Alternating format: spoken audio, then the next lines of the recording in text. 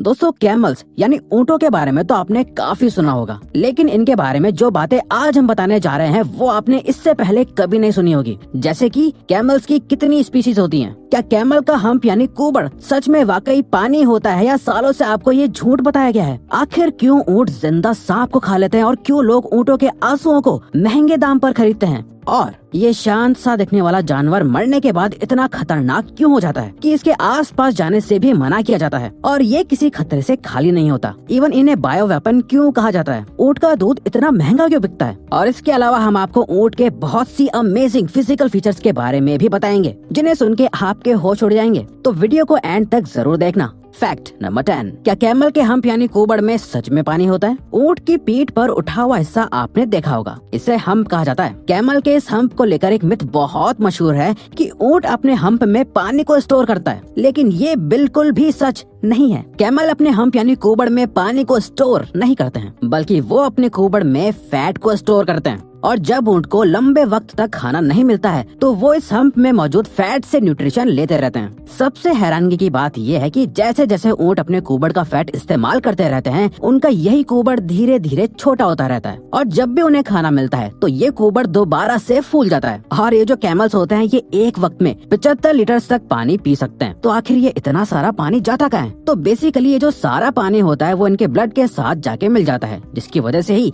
ये बिना कुछ खाए पिए महीनों तक डेजर्ट यानी रेगिस्तान में रह पाते हैं। नंबर 9, मरा हुआ ऊँट इतना खतरनाक क्यों होता है और इसे बायो वेपन क्यों कहा जाता है? दोस्तों ऊँट सबसे ज्यादा अपने हम्प यानी कुबड़ की वजह से जाना जाता है, लेकिन क्या आप जानते हैं ये कुबड़ जितना फायदेमंद होता है उतना ही ज्यादा खतरनाक भी होता है। जी हाँ, क्योंकि जिन लोगों के पास ऊँटों से जुड़ी नॉलेज है वो लोग किसी भी मरे हुए ऊँट को हाथ भी लगाने और उसके आसपास जाने से भी मना करते हैं, क्योंकि दोस्तों ऊँट का हम्प यानी कुबड़ उसके मरने के बाद उनकी बॉडी को एक बॉम्ब बना देता है जो किसी भी आहट से कभी भी फट सकता है। इसके पीछे साइंटिफिक रीजन भी है। असल में जब एक ऊँट मर जाता है तो उसकी बॉडी डिकम्पोज होने लगती है और जब इसके कुबड़ में मौजूद फैट माइक्रो ऑर्गेनिज्म के कांटेक्ट में आते हैं तो ऊँट के शरीर में मीथेन गैस बनने लग जाती है, जिसके बाद मरा हुआ ऊँट एक बायो वेपन में बदल जाता है, जिसको हाथ लगाते ही वो बुरी तरह से ब्लास्ट हो जाता है। इसीलिए दोस्तों आप भी कभी किसी मरे हुए ऊँट के आस पास मत जाइएगा। वैसे ऑन एन एवरेज अधिकतर एक नॉर्मल ऊँट लगभग 40 से 50 साल ही जीता है। नंबर 8, आखिर क्यों कैमल्स जिंदा सांप को खा लेते हैं और ऐसा करते वक्त वो क्यों रोते हैं? सांप बहुत ही जहरीले होते हैं, लेकिन क्या आप जानते हैं कि ऊँट जिंदा सांप को खा लेते हैं? जी हाँ, ये बिल्कुल सच है। असल में मिडिल ईस्ट के लोगों का मानना है कि जिंदा सांप खिलाने से ऊँटों को बीमारियों से बचाया जा सकता है। ऐसा कहा जाता है कि सांप खिलाने के बाद ऊँट की तबीयत थोड़ी खराब भी हो जाती है, लेकिन सांप खाने के कुछ दिन बाद ऊँट बिल्कुल ठीक हो जाता है। जबकि साइंटिस्ट और डॉक्टर्स का मानना है कि कैमल को जिंदा सांप खिलाने से कोई मेडिकल बेनिफिट नहीं होता है, बल्कि ऐसा करने से ऊँट की जान खतरे में पड़ जाती है। लेकिन आज भी लोग अपने ऊँटों को बीमारियों से बचाने के लिए उन्हें जहरीले सांप खिलाते हैं। इसके अलावा ऊँटों को भी धीरे धीरे सांप खाने की लत लग जाती है, जिसके बाद वो अपने आस पास रेंग रहे सांपों को जिंदा खा लेते हैं। सबसे हैरानी वाली बात यह है कि जब एक ऊँट सांप को खाता है तो उसकी आंखों से आंसू निकलते हैं। इन आंसुओं को ऊँट के मालिक कलेक्ट करके बेच देते हैं। असल में ऊँट के इन आंसुओं से सांप के जहर का एंटीडोट बनाने में मदद होती है। नंबर 7, ऊँटों के 3 प्रकार की स्पीशीज। कैमल या ऊँट नाम सुनते ही आपके मन में रेगिस्तान और ऊँट के कुबड़ का ख्याल आता होगा। आपने आज तक बस एक ही तरीके के कैमल को देखा भी होगा और उसी के बारे में सुना होगा, लेकिन क्या आपको पता है ऊँटों की 3 तरह की स्पीशीज होती हैं, जिनका नाम ड्रोमेडरी, जिन्हें अरेबियन कैमल्स भी कहा जाता है, डोमेस्टिक बैक्ट्रियन, इन्हें एशियन कैमल्स कहा जाता है, और वाइल्ड बैक्ट्रियन होता है। ड्रोमेडरी कैमल्स का सिर्फ एक ही हम्प यानी कुबड़ होता है, जबकि बैक्ट्रियन कैमल्स के 2 हम्प होते हैं। और दोस्तों वाइल्ड बैक्ट्रियन कैमल्स को एक्सटिंक्ट स्पीशीज घोषित कर दिया गया है। इस स्पीशीज के सिर्फ 1000 कैमल्स ही अब इस दुनिया में बचे हैं। ऐसा माना जा रहा है कि आने वाले 40 से 50 सालों में ये स्पीशीज 80% तक खत्म हो जाएगी। इसके अलावा इन तीनों स्पीशीज को मिलाकर इस पूरी दुनिया में 14 मिलियन से भी ज्यादा ऊँट मौजूद हैं, जो मिडिल ईस्ट, एशिया और ऑस्ट्रेलिया में पाए जाते हैं। नंबर 6, ऊँट का महंगा दूध और उसके अमेजिंग फायदे। बाकी जानवरों की तरह फीमेल कैमल यानी ऊँटनी भी दूध देती है, लेकिन क्या आप जानते हैं ऊँटनी का दूध बहुत ही ज्यादा महंगा बिकता है। असल में दोस्तों ऊँटनी का 1 लीटर दूध 120 से 250 रुपए तक बिकता है। इसके अलावा कैमल का पाउडर दूध तो 1700 से 2500 रुपए तक बिकता है। इतने महंगे दूध होने की वजह इस ऊँटनी के दूध के फायदे हैं,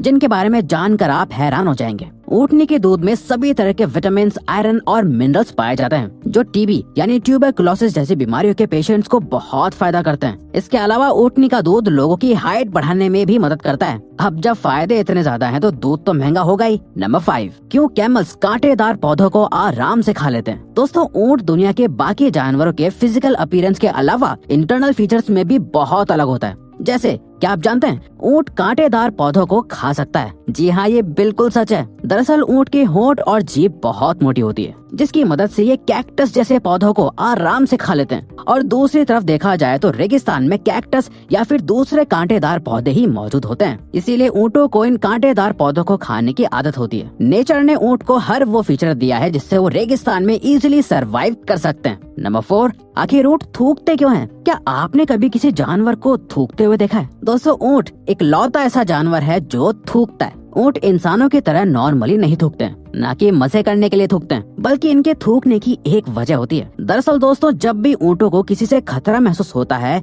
तब ऊँट उसे अवॉइड करने के लिए ऐसा करते हैं। ऊँट थूकने को एक डिफेंस मैकेनिज्म की तरह इस्तेमाल करते हैं। कैमल अक्सर एक दूसरे से खाने के ऊपर भी झगड़ा करते हैं और इसी वजह से एक दूसरे के ऊपर भी थूक देते हैं। ये देखने में वाकई बहुत फनी होता है। नंबर 3, ऊँटों का इस्तेमाल जंग में किया जाता था। ऊँटों का एक कॉमन काम सबको पता होगा कि उनका इस्तेमाल सामान ढोने के लिए किया जाता है। इसके अलावा आज के जमाने में ऊँट की सवारी करना लोगों को बहुत पसंद है और इसीलिए लोग ऊँट को टूरिस्ट अट्रैक्ट करने के लिए भी इस्तेमाल करने लगे हैं। लेकिन क्या आप जानते हैं इस शांत जानवर का इस्तेमाल पुराने जमाने में जंगों में किया जाता था। एंशिएंट ग्रीक और रोमन्स जंग का सामान ढोने के लिए ऊँटों का इस्तेमाल करते थे, क्योंकि ऊँटों को लंबे वक्त तक बिना खाने और पानी के इस्तेमाल किया जा सकता है। इसीलिए जंग में ऊँटों को बाकी जानवरों से बहुत ज्यादा अच्छा समझा जाता था। इसके अलावा ऊँट बहुत तेज स्पीड में भाग सकते हैं, इसीलिए भी इन्हें जंग के मैदान में ले जाया जाता था। नंबर 2, क्या सभी ऊँटों के कुबड़ होते हैं? दोस्तों, ऊँट के बच्चे को काफ कहा जाता है। एक कैमल का जेस्टेशन पीरियड लगभग 17 से 22 महीनों तक का होता है। दोस्तों, एक न्यू बॉर्न काफ अपने जन्म के 30 मिनट बाद ही चलना शुरू कर देता है। अब जब कैमल के बच्चे की बात हो रही है तो आप सोच रहे होंगे कि कैमल के बच्चों का भी हम्प यानी कुबड़ होता होगा, लेकिन ऐसा नहीं होता है। एक न्यू बॉर्न काफ की पीठ पर हम्प नहीं होता है। दरअसल दोस्तों, न्यू बॉर्न काफ जैसे जैसे बड़ा होता रहता है उसका हम्प